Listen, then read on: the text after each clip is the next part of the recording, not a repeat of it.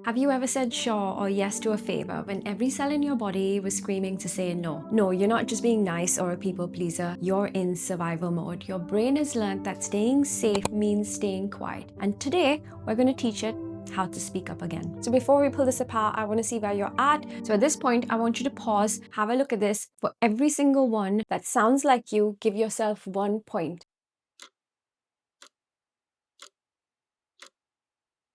If you've scored 5 or more, you may start recognizing a strong pattern of people-pleasing, self-silencing, or fawning. And the rest of this video will explain why that happens and how you can start finding your way back. Losing yourself, it rarely happens in this single dramatic moment. It's thousands of tiny little moments. It's not saying what restaurant you actually want to go. It's saying yes when you actually want to say no. It's avoiding conflicts to keep peace. It's making yourself smaller so everybody else feels comfortable. And over time, your brain learns that connection is more important than authenticity. So instead of asking, what do I think? You start asking, what is everyone else going to be comfortable with? Now on the surface, you look like you're agreeable, but what's happening is inside you are slowly disappearing. So fawning is not a personality trait, it is a survival strategy. According to trauma therapist Pete Walker, the fawn response is one of the 4 primary trauma reactions alongside fight, flight, and freeze. Brain learns that playing nice will keep you safe. Now researchers in polyvagal theory, they explain that when fight, flight, freeze aren't viable, then your brain goes into friend mode because it thinks that keeping this person happy is the only way it can stay safe. So in other words, nothing's wrong with you, nothing's wrong with your brain. It's just your brain trying to be a good bodyguard. So what starts as a way to stay safe eventually becomes your brain's default setting. You know, like an app that runs in the background that you forget to close. It's just like that. People who fawn often exhibit chronic people pleasing. They're conflict avoidant. They over apologize. They feel responsible for other people's emotions and they struggle to identify their own needs. Does this sound familiar? Sadly, these behaviors are rewarded in society, which makes them so hard to recognize. I want you to understand that fawning is not a conscious choice. It's an unconscious attempt to keep us safe and maintain connection in an unsafe environment. So over time, it becomes a habit and it can even look like a personality trait, even though it actually originated as a trauma response.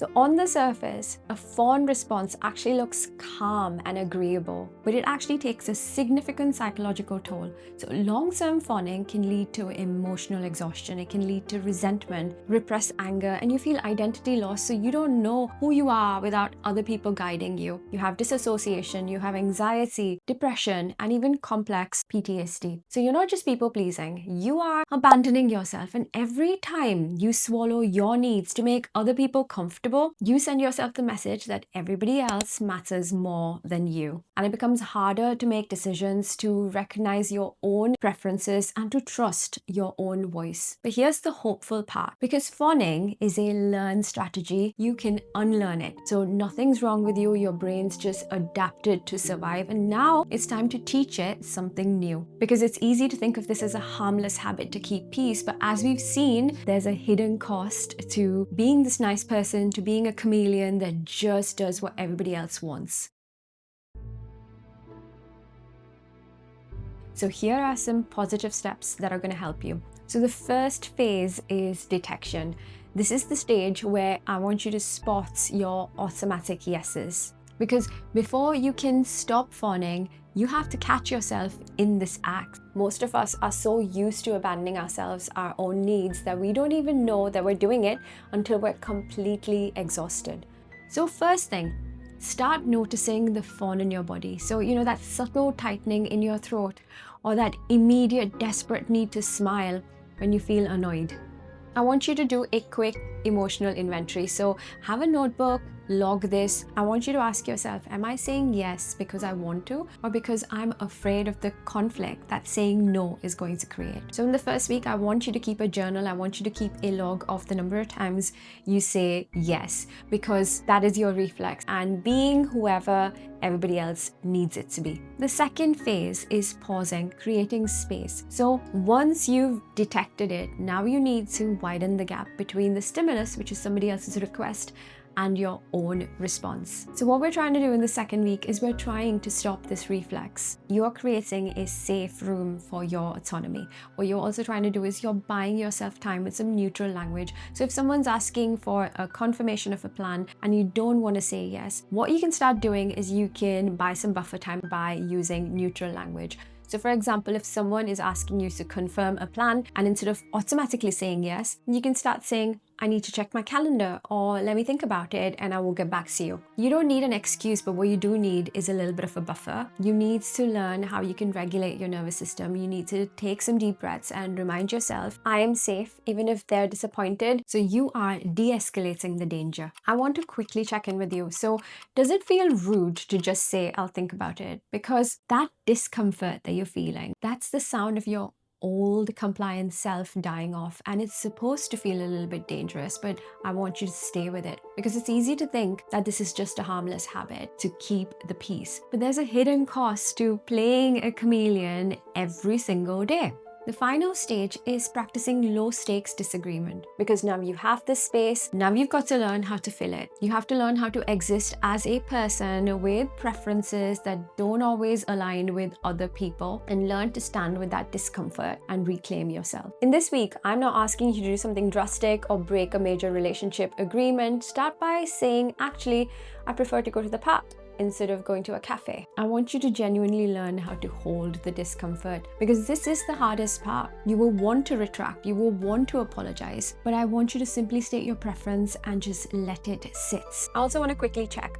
If you feel terrified right now about losing a special person simply because you have a preference, then congratulations, because you're finally practicing what we call individuation, which is just a fancy way of saying you're learning where you end and somebody else begins. Now, with all of this, the goal is not to become selfish or stop caring about people. The goal is to stay connected with other people without disconnecting from yourself. You know, healthy relationships, they don't require you to disappear. They require you to show up as your true self. And you are not here to be what everyone else needs you to be. You are here to be your own person with your opinions, your boundaries, and your needs. Healing is not about being liked by everyone else. It's about being liked by yourself. I just want to kindly say this to you. I know you didn't choose to fawn. I didn't choose to fawn. This is something we learned in our childhood because this is what kept us safe. But now you have the opportunity to learn a different way to stay safe, one that includes your voice. Because the opposite of fawning isn't rudeness or rebellion, it's authenticity. So if you'd like more help with this, I do one-to-one sessions where I focus completely on you, and the sessions are completely tailored around your needs. So if that's something of interest, I've put the details in the description box below, so make sure you check that out. But I also want to say there's no compulsion. If you're not in that stage, that is fine. I hope this video has been a good starting point in understanding